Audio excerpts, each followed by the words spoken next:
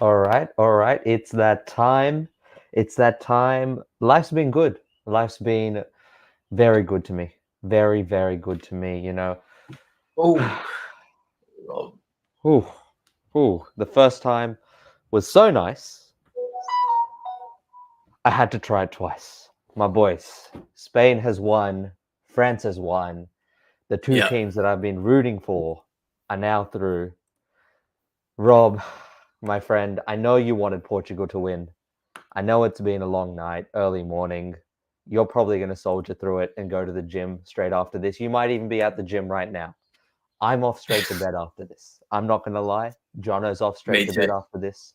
Yeah, We're not built like you, Rob. We're not built like you one bit, but something in my life's bound to go wrong because it was the perfect night for me in terms of the results. And as you've said, yeah. Rob, it's been a terrible performance, and he is He's at the at the gym. gym. He's at the gym. I can't stand this guy. I can't stand this guy and his productivity. It is terrible for my health to try and match people that have this mindset. But let's get into it, man. France beats Portugal in penalties. Yeah, I'm gonna I'm gonna give you the floor because you said you called it. I'm not gonna lie. I yeah. feel like the whole world called it, brother. I feel like the whole world called it.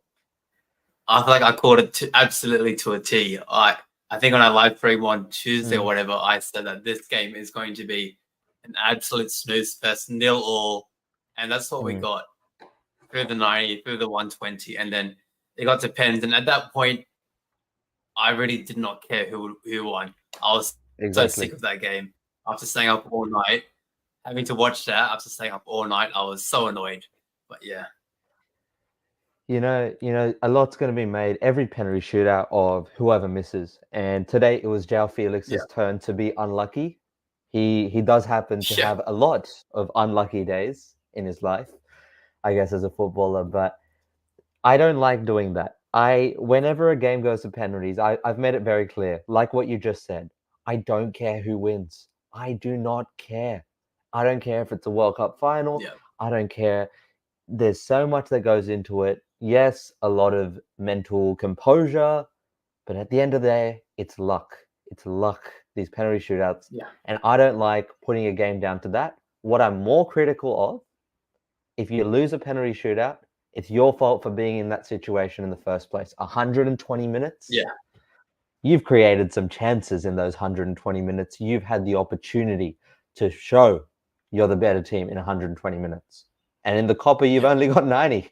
You've only got 90 in the Copper, my friends. So you've got more than enough time to show there's a difference between yourself and the opponents. And France, unlucky last time in the World Cup, lose to Argentina. Unlucky the time before against Switzerland. It is it is really not a good sign if they lost this one. It is really not a good sign. And, Spain was almost going through it. We'll talk about Spain later today.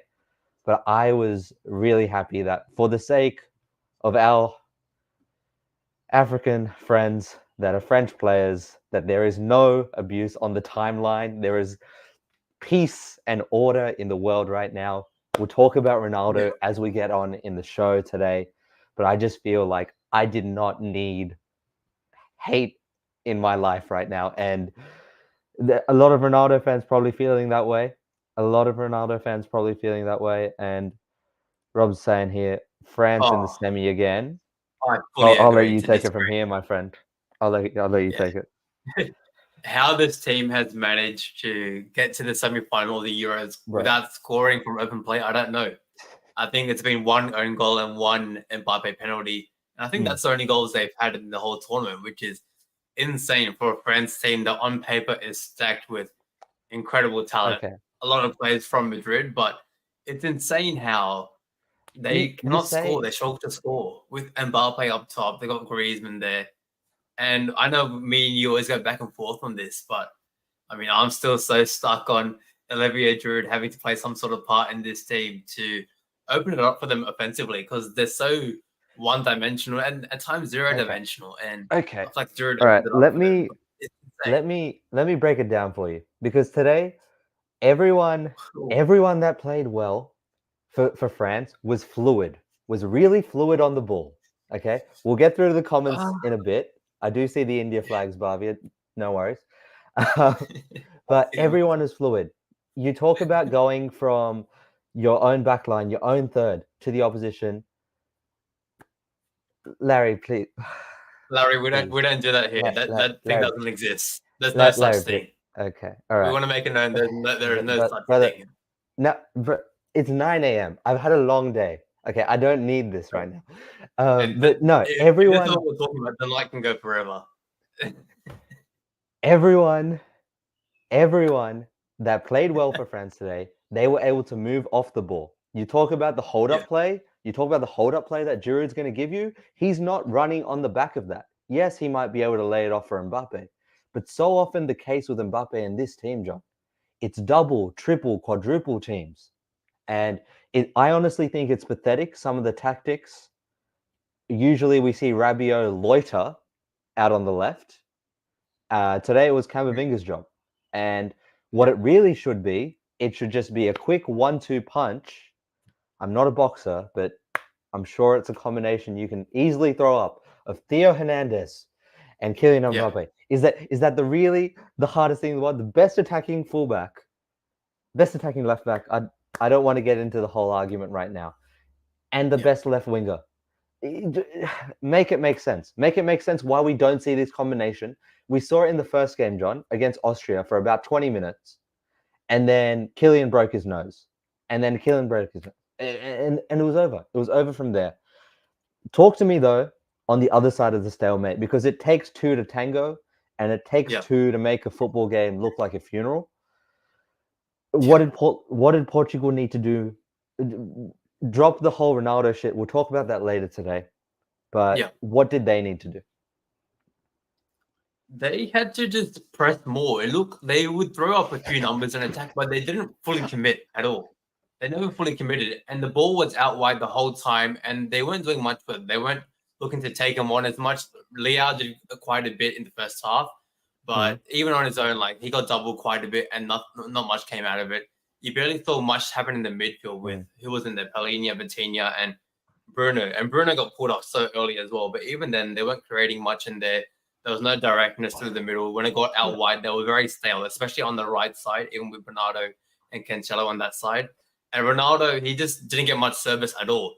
And when he did get it, he wouldn't do much with it. He'll play around with it, or he'll just smack it over the bar. So all Remember around when from I was Portugal, telling it was you? just Remember when I was so telling you bland, guys, don't play so bland. Bernardo on the wing. I was telling you, don't play him on the wing. And you finally saw it. The only time he looks good is in the middle of the park where he can fiddle around with the ball. Where he can fiddle around the ball. Before we go on with the Portugal, I want to go through the comments, John. Yeah, Worst Euros, Rob saying, since 2000. Now, obviously, we were big fans of Euro 2000. We were big yeah, fans. We big fan. were there in the flesh. Yeah, I think we were And developing the whip at the that's one of time. my favorite ones. That's one of my favorite Yeah, ones. 100%. Uh, is this the worst Euros you've watched? I would say so from a overall perspective. Yeah, there's been some good games, but there's been so many games that have Mm, been so stale. Like today, all the England games so far, which I pretty much watched every single one, which does also like feeds into my perspective. But yeah, mm, especially from the big teams, it's been a very stale competition so far in terms of attack and what they're producing outside of Spain and Germany. Really, it's been so bad from the big teams, and it's been a tough watch at times. yeah. I just want to blame Pep Guardiola for all this that we're watching right now. You This blame him for stalemate. everything. I blame him for everything. If I see centre backs out wide, if I see Jules Koundé think he's a right back for another international tournament, it's game over for me. Spain versus Switzerland. We've got Tom and Larry both saying Mm, it has to be a Spain-Switzerland final. And guys, I agree with you. That's what it should be. But what do we know about football? It's not that easy. It's not that easy. You don't get the pretty game. There's no pretty privilege. You know, Brazil over the last 10 years has shown the most beautiful football in glimpses with Neymar. And then just out of nowhere, they crumble. They crumble. And that could happen to Switzerland. We've seen it happen to Spain. today it could have gone so wrong for Spain. We'll get into it shortly, Oh, for guys. sure. But Yeah. Larry wants me to shout chocolate for the boys. Larry, I haven't seen you in a while, so if we can make that happen, then I'm happy to shout you chocolate, whatever you need, whatever you need, whatever you need. Roberto Martinez. This is someone that I actually think is a good manager because he did some things with Belgium that I really liked, but he's failed with Belgium and now Portugal. I Yeah. agree on the second half of that. He's definitely failed with Portugal. There were opportunities to be a lot better. But if you guys go back to that Belgium team in the 2018 World Cup, what more did you guys want them to do? What more? They they just hit a brick wall, and that brick Yeah. wall And that France team. was the France team. If you lose Yeah. to the best team, yes, you go out in the semi-final. You're Yeah. not the second best team on paper, but you might be. You might be. And it's not like they got smoked either. They fought hard in that It was game. They really tight. put it It up to was France as tight. well. And it was just an Umtiti goal off that corner in the like 26th Mm, minute or something. That was yeah, it. it was tight. So when everyone talks about that Belgium team, I'm always just thinking in my mind like, oh, this golden generation never did anything. I agree with that. You Yeah. didn't win a trophy. You didn't make a final. But I look back on that and think if Kevin De Bruyne just came out and said, "Yeah, we gave it everything we got, and it just didn't fall our way," I would have respected him so much because that is a genuine statement. But he took it the other way. He soured to that question in the press. Which, look, if you ask a player just after they got knocked out of the Euros, are you expecting a rational response? Probably not. Probably not. Yeah. He's always been an average manager. I think there were issues with him at Everton as well before he got the Belgium job. And I don't know how loved he was in Belgium long term. So it is definitely a question mark. Like he gets a lot of chances as well. I can see him managing in Saudi very soon. Very soon. Worst Euros for Tom. No emotion, no stories, no players in or teams in their prime. Now I was joking with you, John, about the players of our generation that are taking over. Okay, of course we have the like of Verts and Yamal really taking over, but Yeah. guys, Marcus Thuram was one of the best players in Serie A this season. Lautaro Martinez, every time you watch him in an Argentina jersey, maybe this cop is a little bit different, but I've always thought it's a bit stinky. But if you guys want to make that argument that maybe some players don't show it, you can. I feel like we're in this era of like coaching and systems where you really need a right fit for a player. You really need the right Yeah. fit. Even guys like Liao. I love Liao, but it feels like they need more of a fit than before. And football is Yeah. a little just a little bit more OCD Yeah. It's than got way even too just 2 years structured. ago. It's even Yeah. just 2 years ago. You've lost like the playing of instinct, playing of vibes, as you could say, I guess. And Mm, just like, yeah, being adaptive on the go. Teams are so structured now with the way the managers want to play. And I guess here you can dedicate that to your favorite Pep Guardiola mm, and his yeah, impact on football. But yeah, yeah. football, especially on the international level as well, it's Mm. lost so much of the creativity between nations. Where nations used to have their own unique style of play, and that's kind of been lost now There, in there is this. there is one nation that satisfies them, It's and we'll Spain. talk about it. Yeah, we'll talk about it. We'll talk about it shortly. One thing I want to get into before we do that, let me. This is a nice little cool transition. The new look France, guys.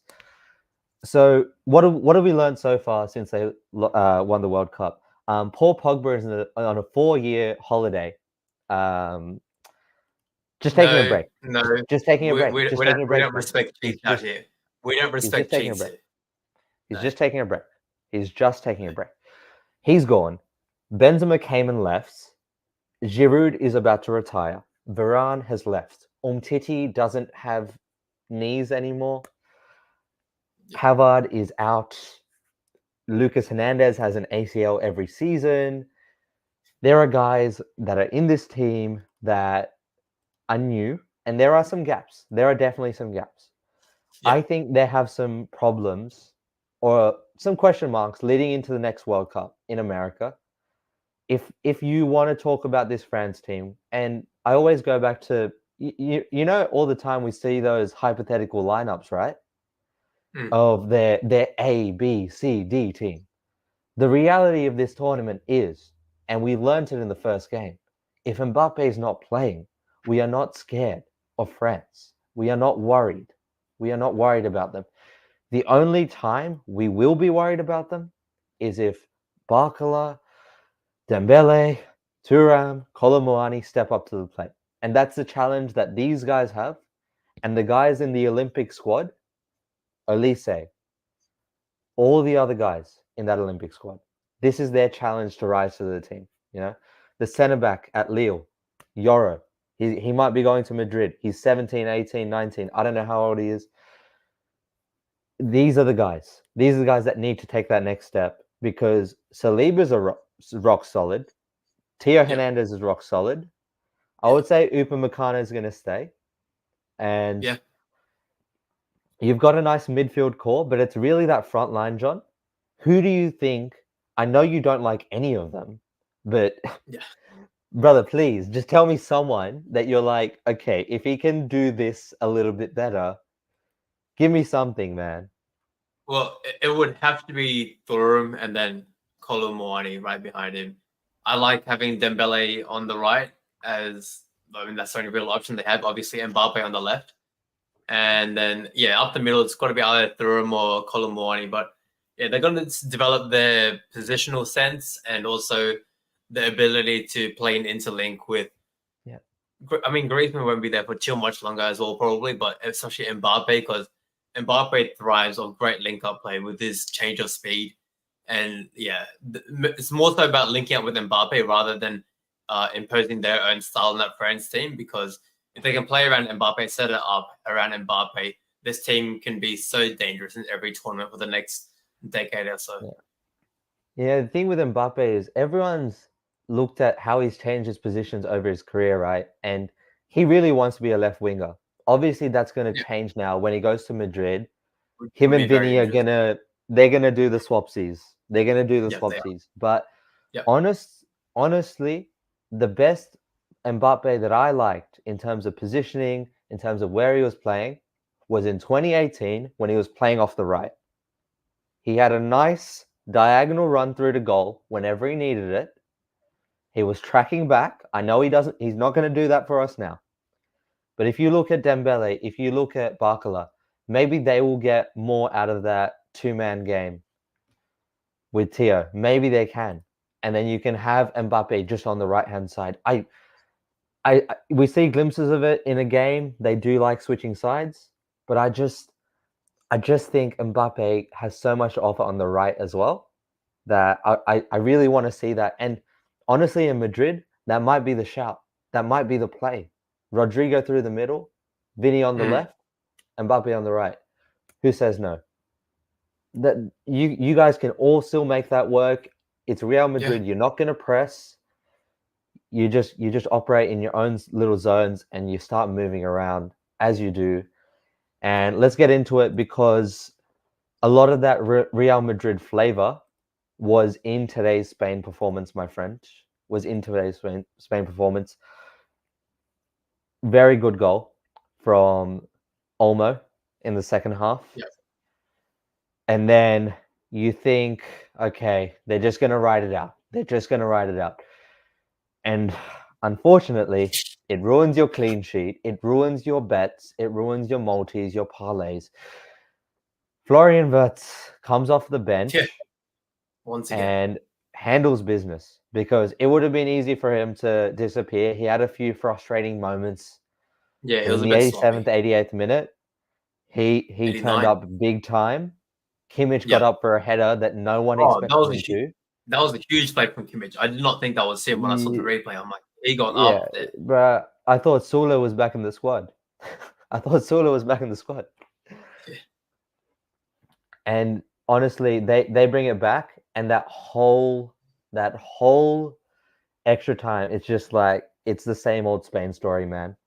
They're gonna Especially in that crumble. first half of extra time. Yeah, they just dominated They're field position, yeah, dominated possession, and just they're gonna chance crumble. after chance, just attacking that box relentless. Yeah. But before that, I got to see the domination of Spain that I was talking about from around minute 20 to minute 80. It was definitely more end to end than I thought it would be, John. But Yeah. honestly, it was beautiful. It was beautiful. It was like the DNA of the team was in everyone from the age of like Yeah. 3 or 4. Like everyone was comfy, everyone was moving. It was all on the fly as well. I was seeing Yeah. Carvajal in midfield. I was seeing Nacho at right back. I was seeing Rodri at centre back. I was seeing Rodri on the left or right. Fabian Ruiz was doing pirouettes left, right, and centre. Yeah. And then you've got the brains up front of Olmo just knowing where to be. I'm so glad you didn't say Murata. I'm so glad you Calm did not down, say bro. Murata. Calm down. And okay, how many yellow cards were there? Can we just get I think it was 12 yellow cards, if I recall. Jesus? So many fouls today, so many One, yellow cards. 2, 3, 4, 6, including the double yellow. 7, Was it 8, 9, 10, 11, 12, 13, 14.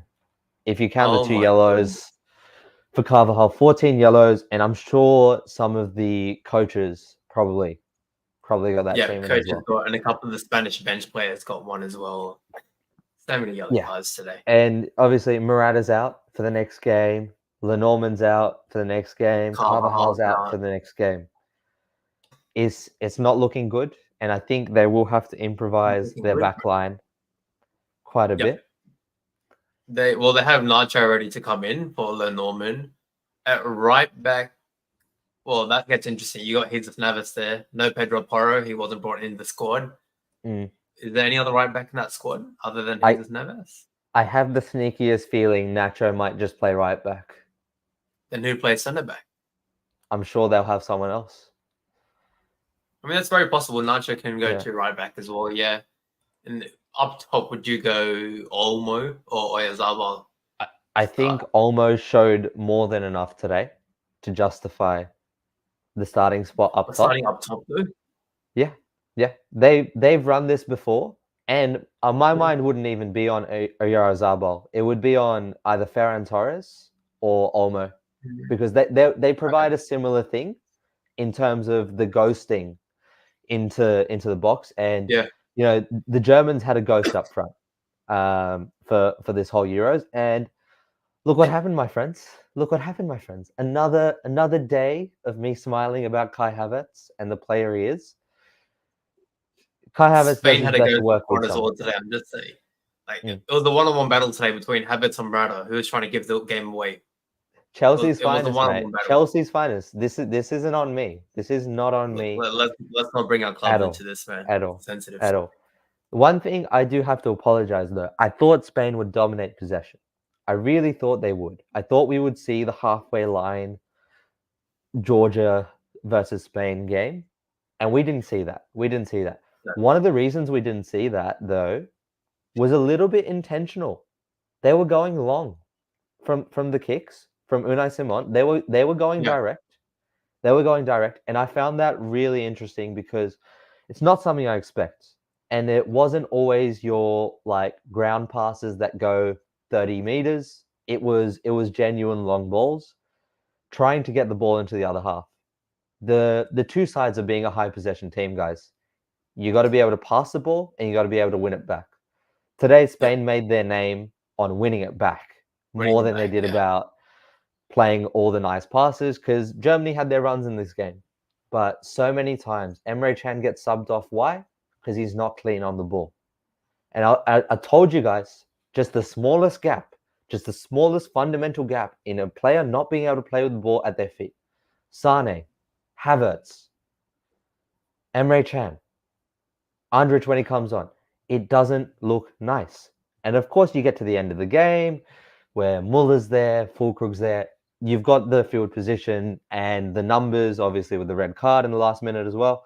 You've got everything going your way, and you can play around. You can play around. But when you verse Spain, when you verse Man City, I'm telling you guys, I have enough PTSD from this. You have to take care of the ball in the middle of the season when Man United versus Man City. Kobe Mainu only had 15 passes in the game. That's our best midfielder. But as a team, we could not put him in a position to make more passes. Yes, we set up with probably 7 defenders that day, parked the bus, but you have to be good on the ball and get as many reps on the ball because that's what's going to frustrate the Spain team. They're not going to know what to do. Yeah. And there were so many times today, you can get at them with pace. So everyone's saying Spain plays the beautiful game, they're the better team.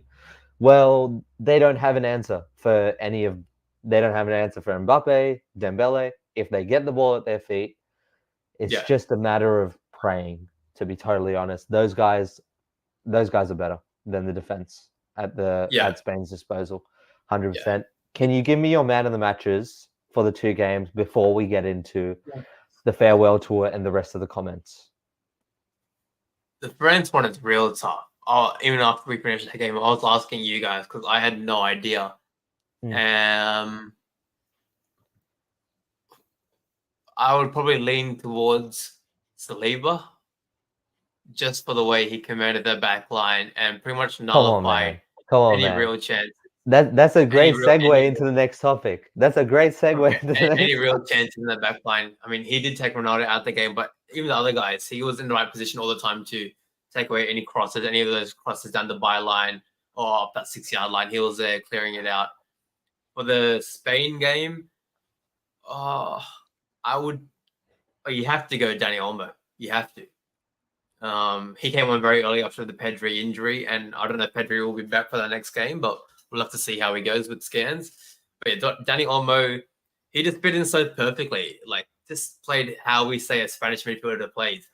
And even though Spain didn't dominate possession like we thought they would, I think it was 52-48 to Germany.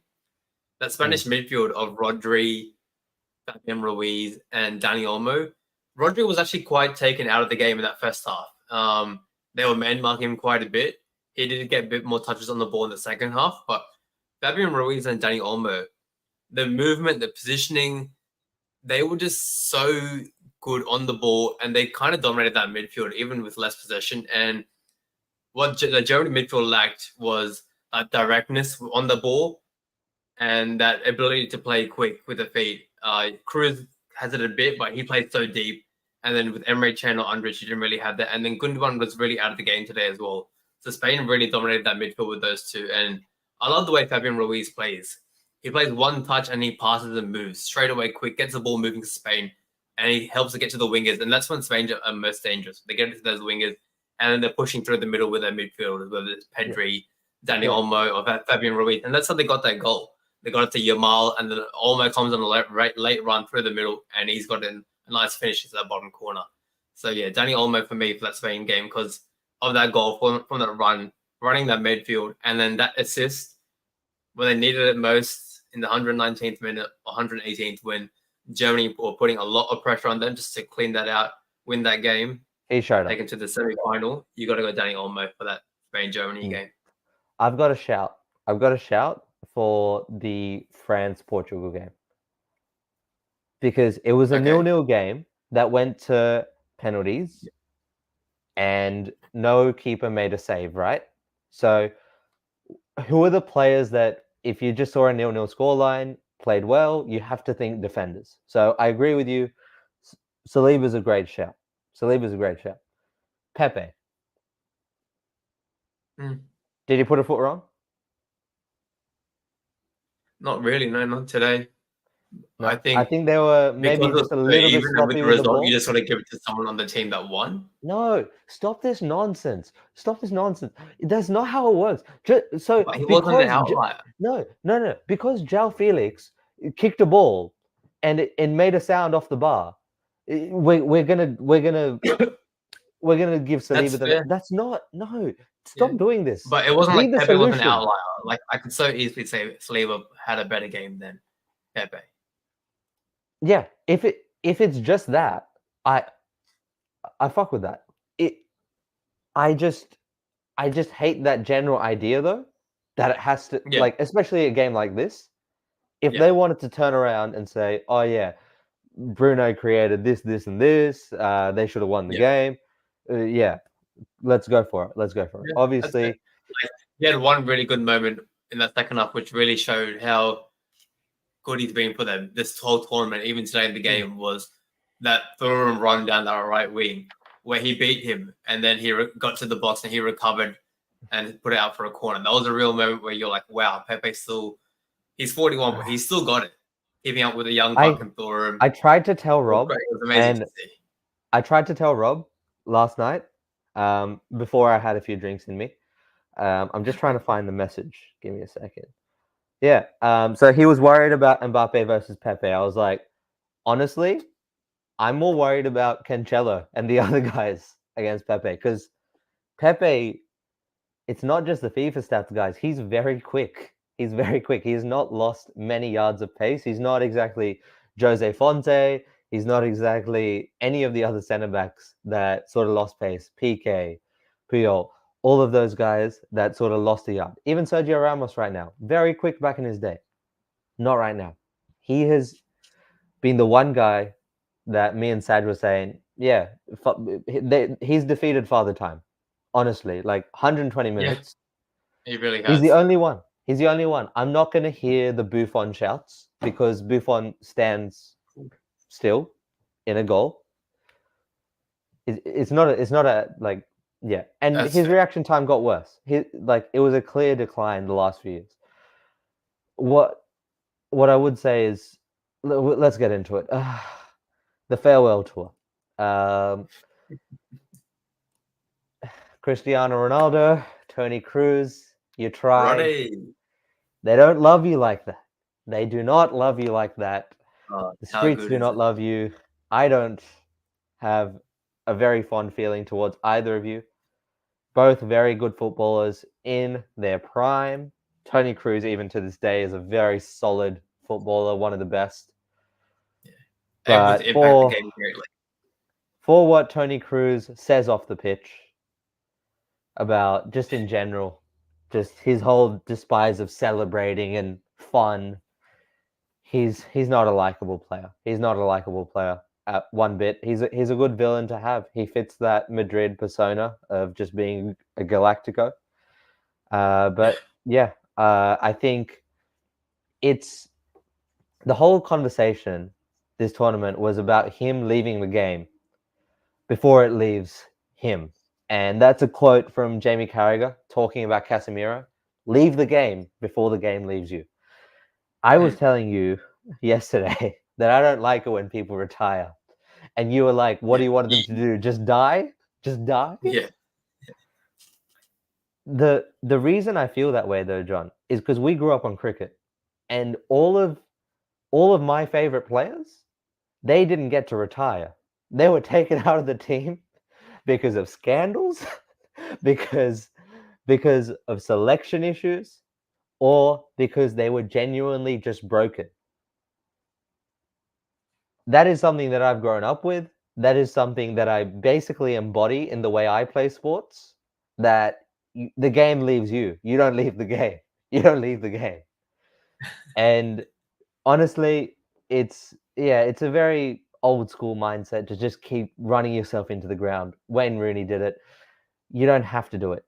It has to come from within to do that. And when you're making money, when the family is looked after, it's understandable. It's understandable that Toni Kroos wants to step away from the game. There is nothing left to prove to himself or others.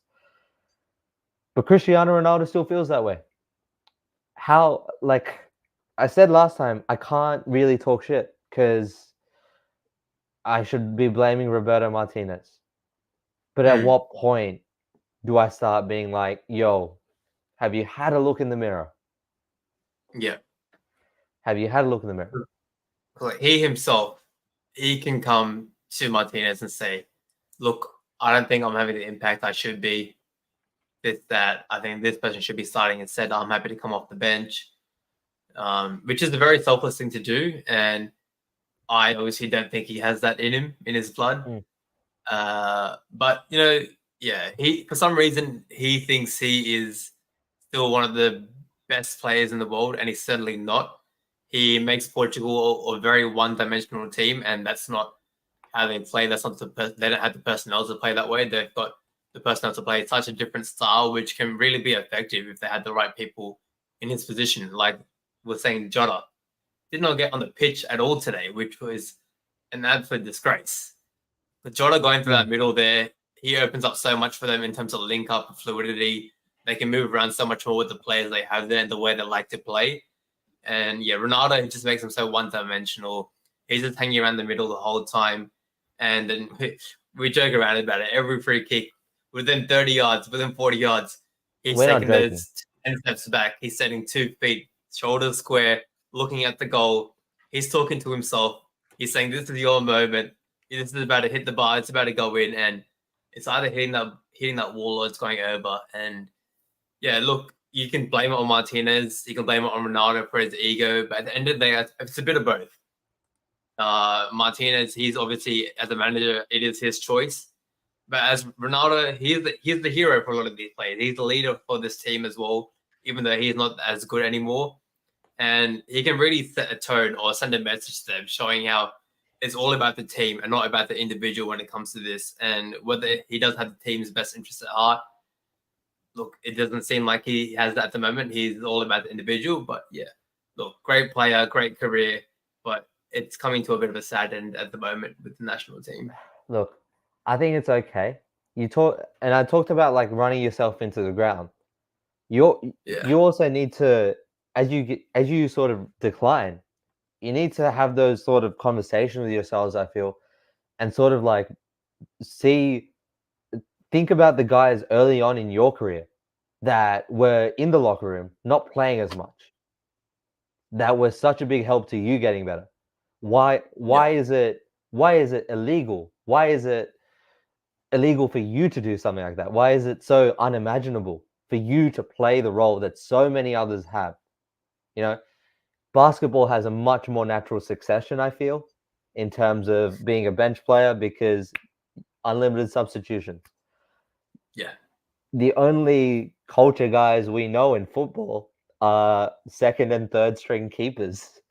The Scott Carsons, the Tom Heatons. These are the guys that are just there for morale, it seems, right? We don't really have that culture in football that sort of dictates, oh yeah, you can contribute and be the second man in your position. It's always been the second guy should be a younger, more fierce guy coming in to prove something every time he gets a chance. So we don't have that culture, and that's actually interesting because the sport is becoming increasingly Americanized. If we do see unlimited subs at some point, let's say in the next 20 years. No way. I agree with you. It shouldn't happen. The beauty of this sport is the fatigue, and I wish we went back to 3 subs. But honestly speaking, we are not the ones in charge of those sort of things. So let's say it does happen, unlimited subs. I think that's when you'll see like that sort of culture be in football a bit more. Let's read through Tom's comments here. Not many careers end how one wants them to. Exactly right. Players want to hang on. It's natural. Most are told they're done.